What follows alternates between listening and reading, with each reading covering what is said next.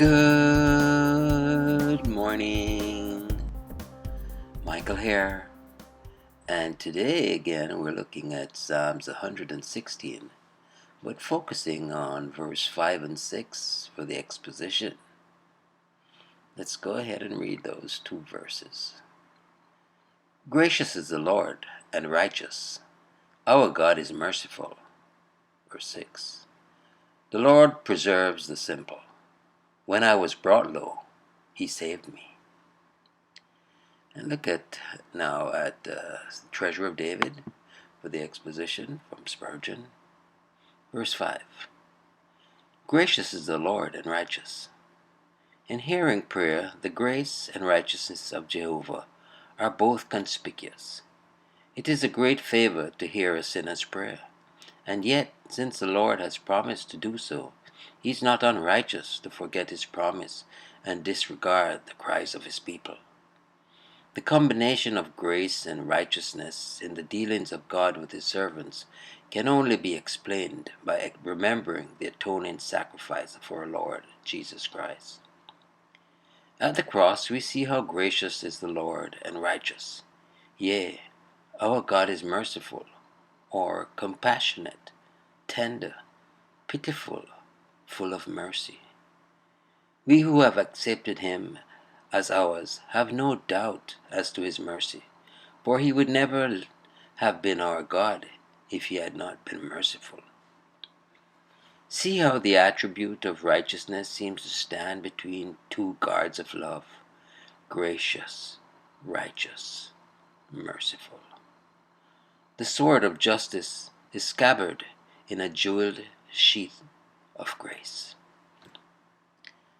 Verse 6. The Lord preserveth the simple.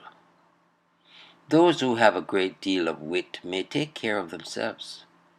Those who have no worldly craft and subtlety and guile, but simply trust in God and do the right, may depend upon it that God's care shall be over them. The worldly wise with all their prudence shall be taken in their own craftiness.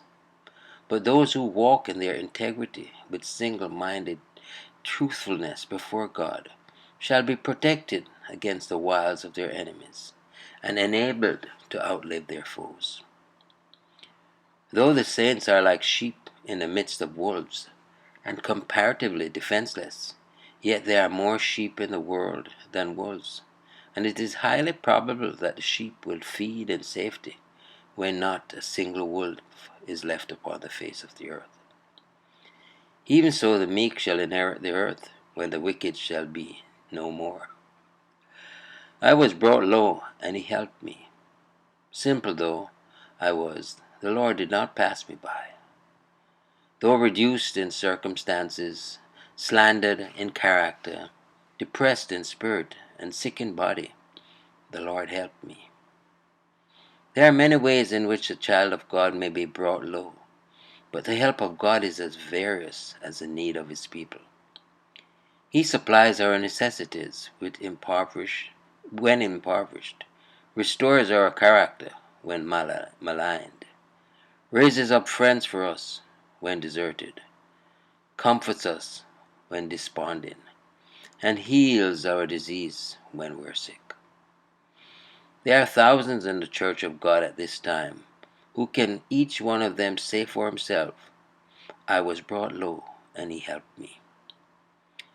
Whenever this can be said, it should be said in the praise of the glory of his grace, and for the comforting of others who may pass through the like ordeal.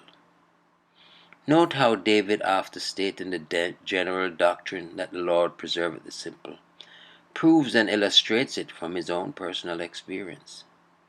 The habit of taking home a general truth and testing the power of it in our own case is an exceedingly blessed one.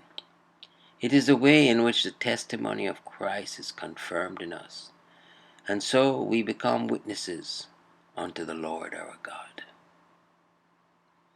Indeed, we can all remember when we were brought real low, pathetically low, and God restored us.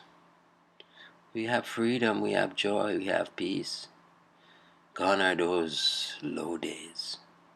And if and when they should occur, God is the same God, yesterday, today, and forevermore.